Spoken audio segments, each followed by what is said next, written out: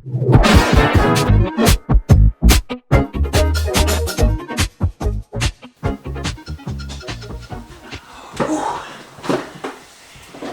there gamers, welcome to another episode of the Meeple Maven. I'm your host Jeff, and today's topic we're going to be talking about tempo in board games.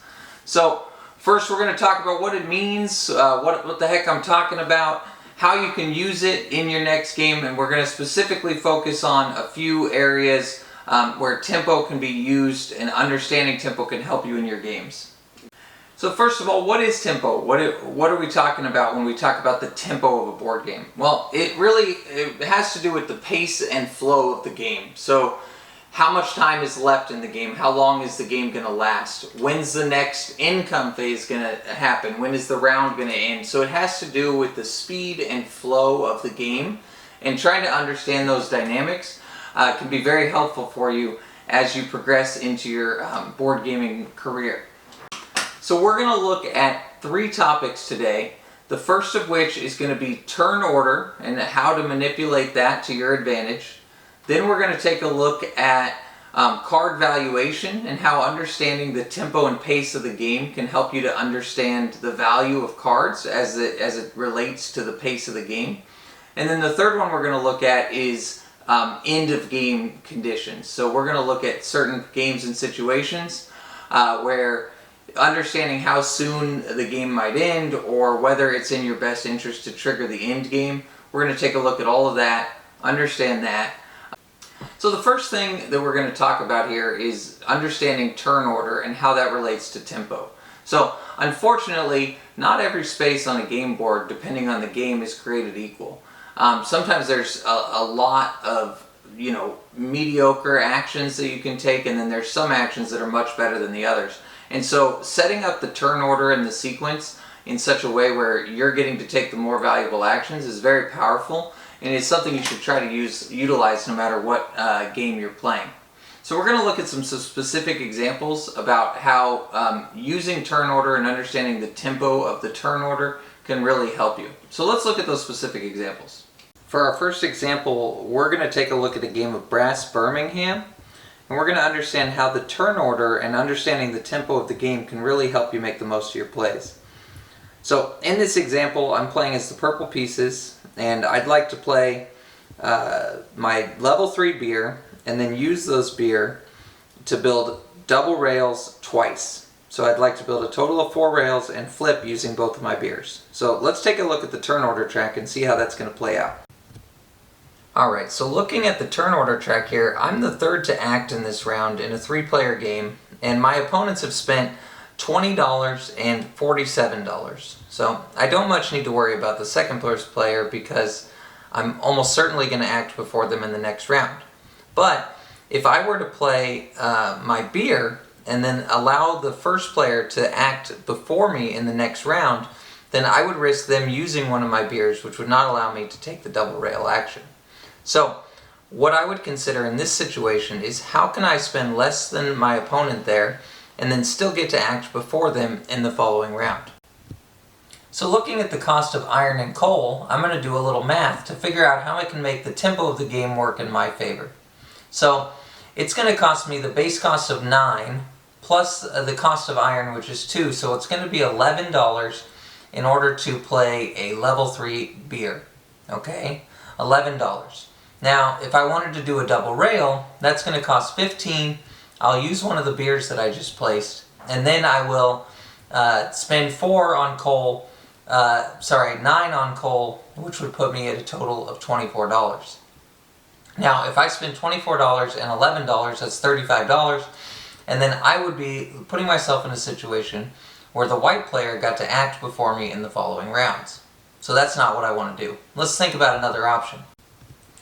Alright, so my next option that I think about is, okay, well what can I do that still works towards my goal of playing a beer and then getting all 4 rails down, but doesn't let the opponent get any value off of my beer? Well, luckily for me, I have the option of taking a loan with my first action, or potentially scouting as well if I need certain cards, and then I can build my beer level 3 for $11 as my second action. That will allow me to go from being third in the round to being first in the next round. And then I can immediately use both of my actions in the following round to play double rail, which would allow me to get 4 very valuable rail links with just 2 actions in the following round. So this is a good example of how you can think about the tempo of the game and understand how using turn order can really be to your advantage. For our next example, let's take a look at the game Orleans. So in this example, the coinage location at the top left here has 3 spots left that we could cover. So placing a worker here is going to give you 3 coins no matter when you do it. However, there's a bonus for being the last one to place a tile onto the coinage location. So if we look at our player board here, I'm sitting as the current player and I have the ability to place a black and a brown worker, and then I know that I'll be having a gold worker for next round. So in this situation, the turn order can make a big difference for how I decide to do my play. If I know that I'm going to be first next round, I can safely place my black and my brown worker, get the coins this round, and then I know that next round I will be able to place my gold worker and then get the bonus coins there at the end. Now, if another player is first player next round and I'm not first player, then I would not want to put my 2 workers in and leave that bonus available for the next player in turn order. So this is an example of how understanding the tempo and the turn order can help you make critical decisions throughout the game. Alright, now the next concept that we want to look at is understanding the pace of the game and the length of the game that might be left. So if you're playing a game and you're planning on playing cards or buildings or something that might generate you income throughout the game, it's important to understand, am I going to receive that income 2 times, 3 times, 5 times, 10 times before the game ends? And then making your decision about valuing that card or building or whatever the piece may be, make that decision based on a good educated guess about how much time is left in the game. So we'll look at a couple specific examples of that in action.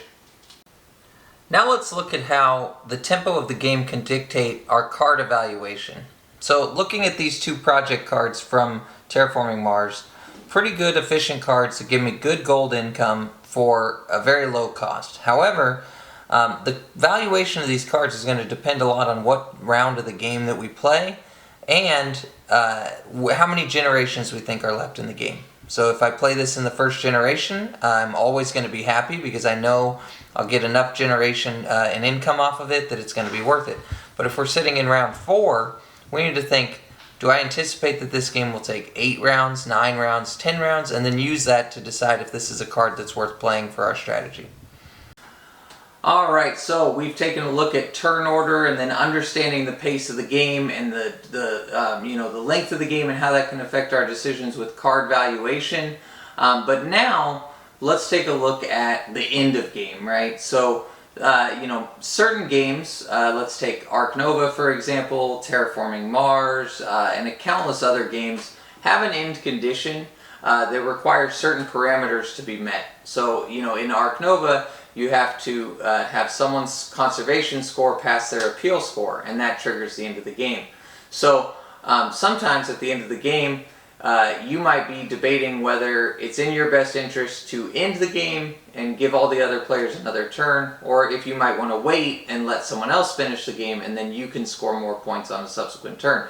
So these are the kind of decisions around the end of game where you need to ask yourself, should I be trying to end this game or should I be going on and playing a little longer? Another example would be Terraforming Mars. If you feel well, first of all, if you know you're not going to win the game, don't end the game and give yourself another generation to try to come out on top. There you have it, everybody. Thanks for sticking with us as we took a sprint through the concept of tempo in board games. Hopefully you can take the 3 tips that you learned today and apply those to the next game you're playing. So remember, we want to think about the turn order and getting the right flow with our turn order. We want to understand card valuation based on the pace and timing of the game. And then we also want to understand whether or not we should end the game and whether that's in our best interest. So those are 3 of the key concepts related to game tempo.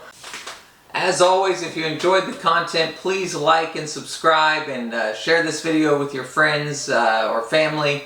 We want to get more gamers involved. We want to keep the conversation going in the comments. So thanks for tuning in, and until next time, this is the Meeple Maven.